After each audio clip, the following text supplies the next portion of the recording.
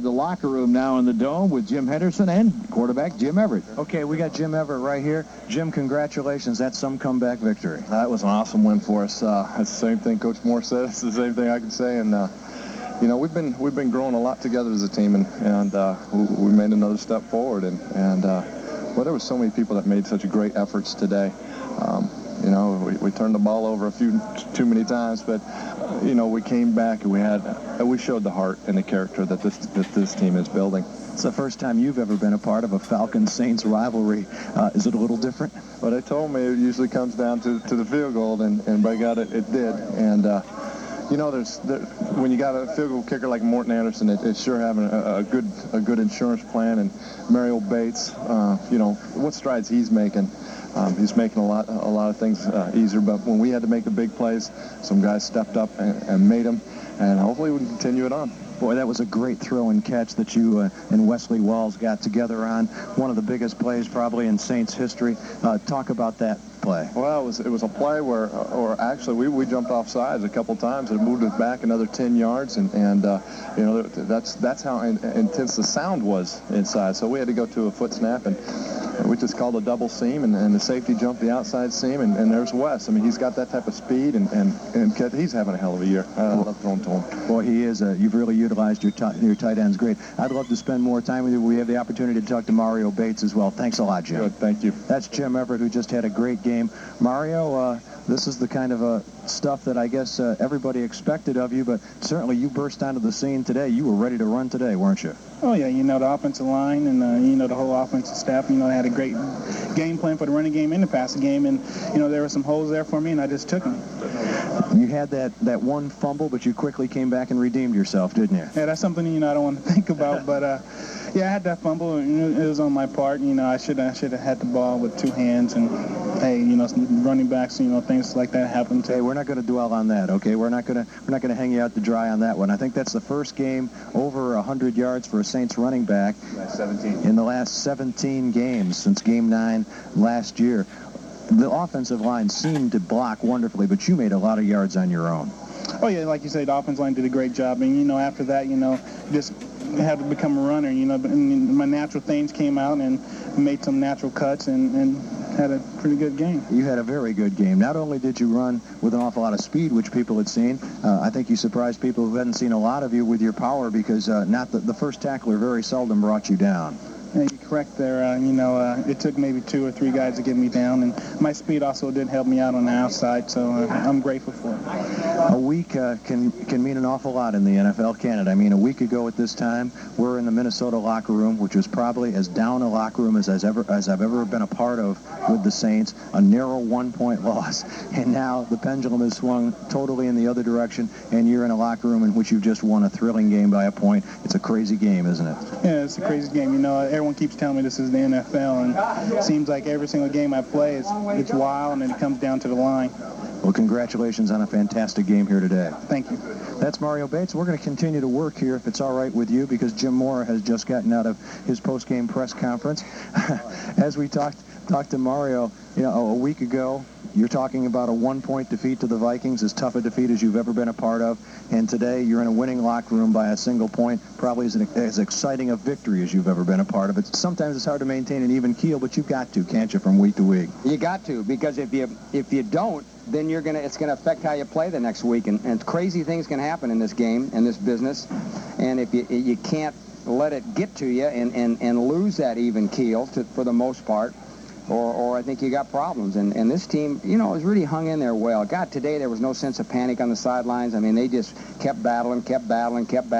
Just like last week. Last week we end up on the short side. This week we end up on the plus side. You have said this team is improving. It may not be indicated all the time in the one-loss record, but this team is improving from week to week, and it certainly seems to be. Jim, no question. You know, I mean, we had a long way to go, you know, based upon our first 2 performances, those first 2 weeks, but this is a pretty good football team. Now, I know 4-6, you look at 4-6 and you say, hey, they're not very good, but it's a pretty good football team. Did you have any indication prior to this game that the running game was going to get untrapped as well as it did after? It's gotten better primarily each week, but I don't think anybody was prepared for this. No, I don't know how many yards we made running the ball. I don't know what Mario made. What did he make? You had Rushing the football, you had 141. You had 153 yards. Good. And Bates had 141. That's right. When's the last time a Saints back went over 100 yards? 17 games ago. Oh, was it? Okay. Well, Mario was a big part of the fact that we were successful running the ball today. And, you know, it was so good that we could, because when you're down 17-0, if you have to rely strictly on the pass, you got problems because they can just come after you. But the fact that we were able to run the ball with some success, I think really, you know, it made them say, hey, we got to defend the run and the pass. We just can't lay our ears back and go, even though we got a 17-point lead. So that was an important factor in the ball game. So the game plan today was to lull the Falcons into a false sense of security by letting them get on top early, right? I don't think those guys that have been associated with this series on either side of the ball were in any kind of a false sense of security at any point. Talk about that last drive for the go-ahead field goal that won it. Well, it was you know, we got pretty good field position on the kickoff return. And I think we got it on the 35-yard line, if I'm not mistaken. And so we didn't have to go very far. You know, I figured we get to the other 35, and we got a chance to win it with Morton. So that's 30 yards, and I felt like we could do that. But we had some really clutch throws by Jimmy and some really clutch catches by Quinn, Torrance. Good protection. And I thought Carl did a great job of conserving, using the clock. One time there, before we clocked it down there, we wanted to make the clock go down to 7 seconds and clocked it. That way there would have been no plays left. But we didn't get the word in. They didn't hear us. And so we kicked the field goal with, what, 15 seconds? And then they had a chance for one more play. But we could have done a better job there. Well, I think people will forgive you. Well, thanks, Jim. Thank you. Congratulations on a great game. Thank you. Thank you. That's Jim Everett down in the Saints locker room. Larry? All right, we'll go to one call, and Lydia in Hammond has been holding on. Lydia, thanks for the call. Yeah, Larry? Yes. You know, I'm a diehard Saints fan, but this game reminded me of the Falcon game last year and the Georgia Dome. You remember that? When it's tied up, they put A-Bear in there at 31-31. I do remember Martin that. Anderson kicked that field goal and made it 34-31. I think it was the last few seconds of the game, if I'm not mistaken. And Archie Manning was there. Archie, you're in the press box. Some comments on last year's well, really, the Falcons-Saints rivalry has been that kind of a rivalry. Oh, it's been a great rivalry. I think the Falcons lead the whole series, Larry, 28-22. And how about the game here last year? A-Bear certainly a factor there. I think they beat the Saints 26-15 when Bobby had a big game. I remember Bobby hitting a 98-yard touchdown with Michael Haynes. Yeah, Michael Haynes. Now he's a Saint, and A-Bear's a Falcon. Really strange. This is a strange game, this football. All right, we'll take a timeout, and we'll be back in just a moment on the Saints Radio Network. The Hilton Queen of New Orleans can't beat the feeling you get when you roll with the Queen. Have the time of your life, live the life of your dreams. The Hilton Queen of New Orleans, you'll love the Queen of New Orleans. Hey, darling, where Let Interlink Communications keep you in touch when a message can't wait. Offering same-day delivery and carrying the latest state-of-the-art beepers and cell phones. Interlink can keep you in touch with the world for pennies a day. With locations in New Orleans, Lafayette, and Baton Rouge, there's no longer a need to wonder. Hey, darling, where Stop by or call an Interlink Communications location near you today.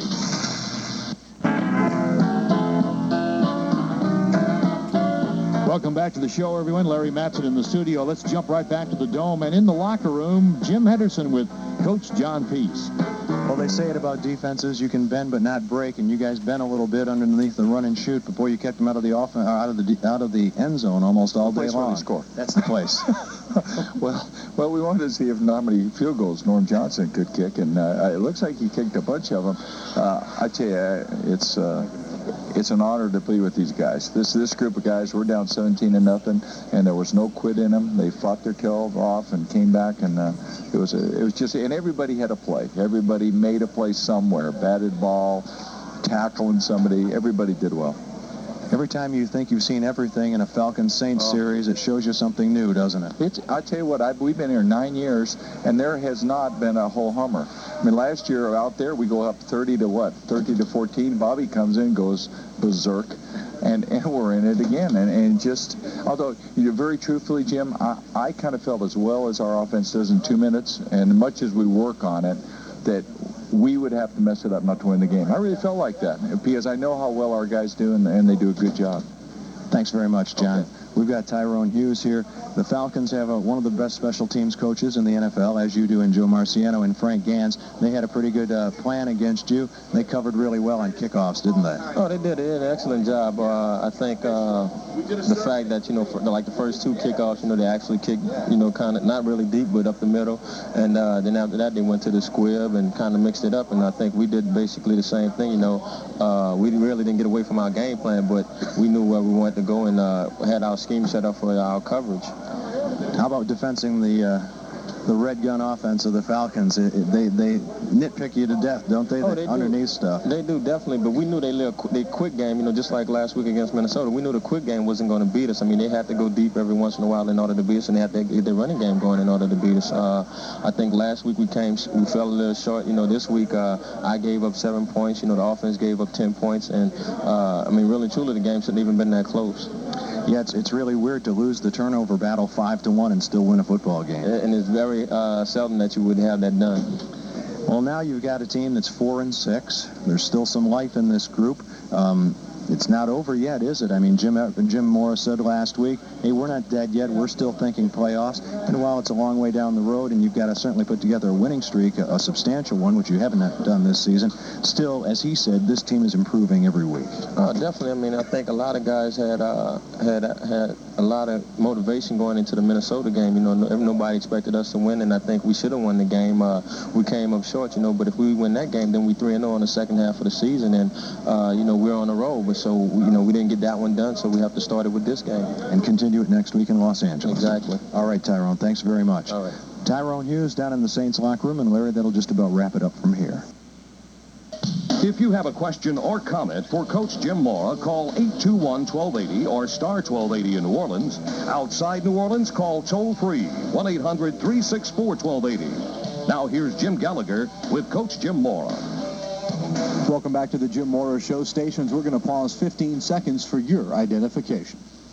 Welcome back to the Jim Mora Show. On the line, joining us from his home, is the Big Daddy, Saints offensive tackle Richard Cooper. Richard, thanks for joining us tonight.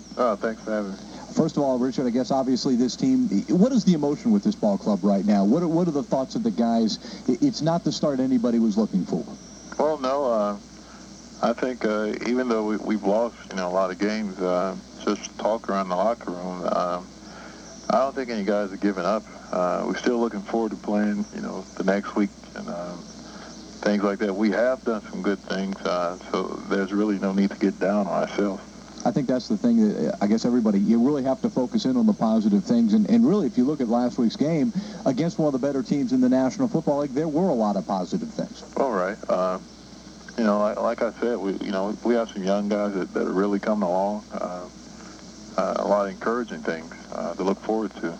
One of the most encouraging things, certainly, the play of the offensive line. When you look at against the #1 pass rushing team in the National Football League, the Minnesota Vikings, I think you guys only gave up the 1 sack last Sunday. Yeah, and that was a little disappointing too. So, we try to strive for zero sacks. Everett's a great quarterback, and I think as long as we can keep him healthy, we're in good shape. And I think that when you talk about all the moves that this team has made, because there were a lot of switches, even though guys were still playing guard, Chris and Jim Dombrowski switched positions. They moved from side to side.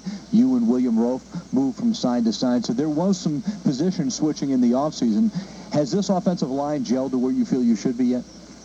I think so.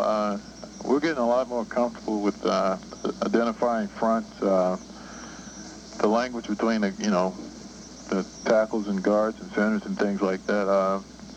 I think we're on the right track. The record doesn't reflect it, but I think so. Well, certainly pass blocking has been vastly improved from the 1993 season. The running production is down, but a lot of that probably is attributed to the fact that this team got off to such a rough start trying to run the ball. The last 2 games, the production has been up. Yes, it has. like I've told people before, it's not a thing you can pinpoint on one person. It was just something that everybody had to put an effort into, and we rushed the ball a couple times pretty good, and it felt good. Looks like Jim Mora, I think, pointed out on that 3rd and 1 situation, one guy misses the block, and that play is stopped for no gain, where if everybody's just holds off on their guy, it's a first down, and basically this game could have been over. Right. That's why we have to stay together as a team. I mean, one guy can't do it. I mean, Everett can't do it by himself. That's why it's so important that we stay together and not get down on each other. I mean, we got enough from outside pressures. Well, I think probably, too, more so than almost any position in football, an offensive line really has to work cohesively, though, because if one guy does miss a block in this league, it doesn't take much for a guy to make 2 steps, and he's on a running back. All right. Right now, you got defensive ends almost as fast as linebackers, so,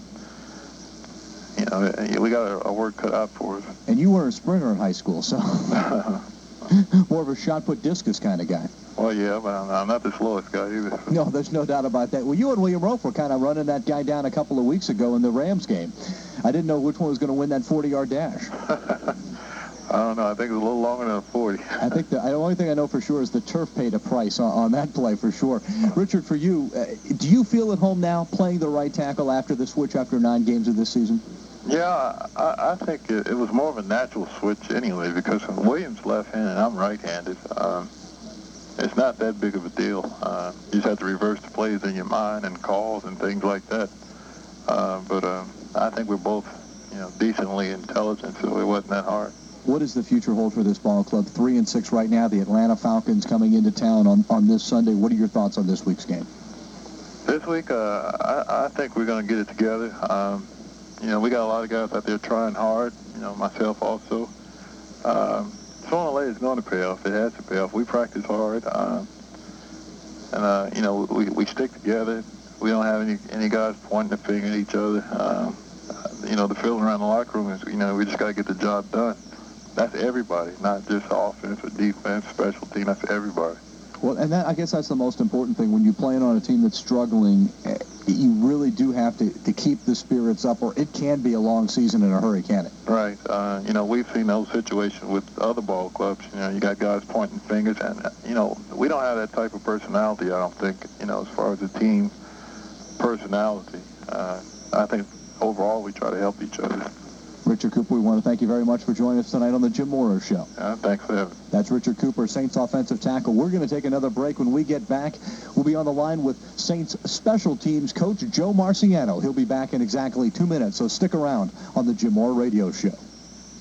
Here in New Orleans, Saints fans are gearing up for the NFL 75th anniversary season, just the same way that we get ready for every season, with big expectations. And once again, we'll be saying that this is the year we take the next step. Maybe this will be the year we get all the big plays and get the lucky bounces. The year we turn the Superdome into the Doom Dome and help our Saints knock off the big boys. The year 9 of our guys will make the Pro Bowl. The year the Saints go all the way to the Super Bowl. Of course, as any true Saints fan knows, the team is counting on us to do our part. Head to Maison Blanche and pick up the latest NFL Pro Line gear, the clothes the pros wear, featuring jackets, caps, and workout wear by Starter. And at Maison Blanche, you'll even find authentic Saints game jerseys. So put on your NFL Pro Line starter gear and get warmed up, because after all, if this isn't our year, at least we'll be ready for next year. The lines are open for your questions and comments to Coach Jim Mora. In New Orleans, call 821-1280 or star 1280. Outside New Orleans, call toll-free 1-800-364-1280. Now, once again, here's Jim Gallager with Coach Jim Mora. Welcome back to the Jim Mora Show. If you're holding for the coach, stick around. We'll get to your phone calls in just a couple of minutes. But joining us now live from Saints camp is the director of the Saints special teams, the head coach of the special teams, I like to call him, Joe Marciano. Rock, how are we doing tonight? Doing great, Rock. Good to see you. You are the man. Joe, let's talk a little bit about... No. You're the man. Well, I want to carry your bag. It is your world, man. Anyway, let's talk about last week's game first of all, Joe, and coming off the great game that Tyrone Hughes and the return game had. you had to expect that they were going to try and take him out of the ball game a little bit. And do you expect to see more of that, more of those squib kicks and things like that? Yes and no. I think it's depending on the particular special team coach's philosophy. The guy from the Rams, for example, all year in his history as a special teams coach, they always kick the ball either in the right numbers or left numbers. They never squib kick, never give you gadget coverage, all that kind of stuff. I mean, that's his style. That's what he does. Going into last week's game, their coach had a history of kicking some squib kicks and some pop-up type kickoffs like we saw. So we knew that was going in, that was going to happen going into the game. Yeah, because it looks like that's what really Rivez has done all year long. He's